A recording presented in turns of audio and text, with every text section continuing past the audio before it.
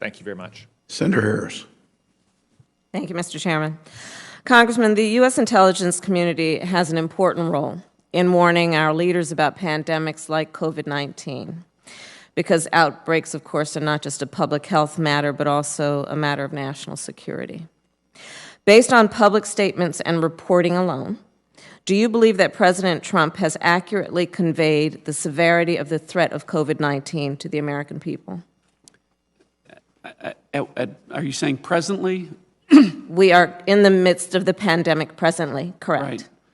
Right.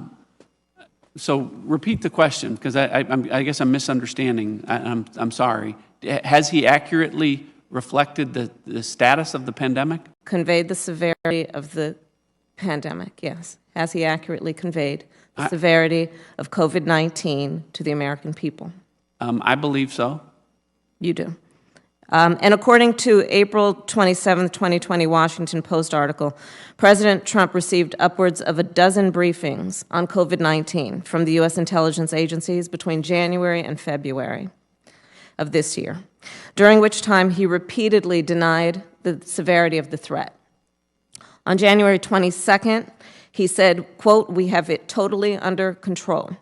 On February 22nd or 26th, he insisted that the number of cases would be, quote, "close to zero within a number of days." As recently as March 10th, the president stated, quote, "Just stay calm, it will go away." And I'm sure you're familiar with the most recent reports, including today, that we may see as many as 3,000 deaths a day in America because of COVID-19. What would you do, if confirmed, if you believed the president was not taking the warnings from the intelligence community seriously? Senator, the intelligence that I would deliver as the Director of National Intelligence, the statements that the president said this, none of those things will influence the intelligence that I deliver to this committee and the committee in the House and members of Congress. I made the point in my opening, this is one of the highest, the first priorities is getting answers to the American people who deserve answers, and you do as a member of the Oversight Committee, and I do if I'm still a member of the Oversight Committee. And whatever those answers are, Senator, you will get them.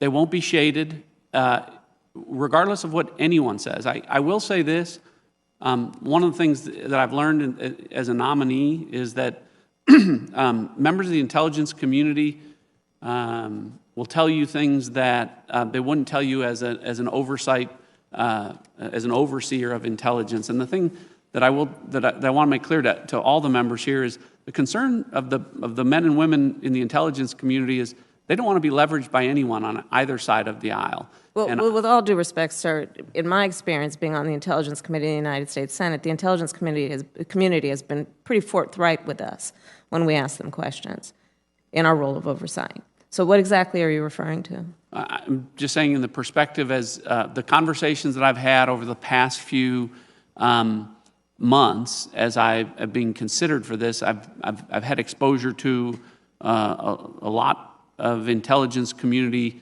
members who have just expressed the sentiment that they want to do their job, they want to deliver the best intelligence, and they don't want to be leveraged from anyone on either side of the aisle. That was the only point. It wasn't directed at you, Senator, at all. Oh, no, I didn't take it that way. Okay. And how long have you been serving on the House Intelligence Committee? A year and 5 months, I guess. Okay, you were appointed to that committee in 2019, correct? Yes. Okay. And then in our fourth report on Russian interference into the 2016 election, this committee has once again reaffirmed the unanimous consensus of 17 intelligence agencies that Russia interfered with the aim of benefiting then-candidate Trump's political campaign. However, you and other allies of the president have sought to cast doubt on the consensus conclusions, raising concerns for many of us about your ability to be unbiased, which is a necessity to head the DNI.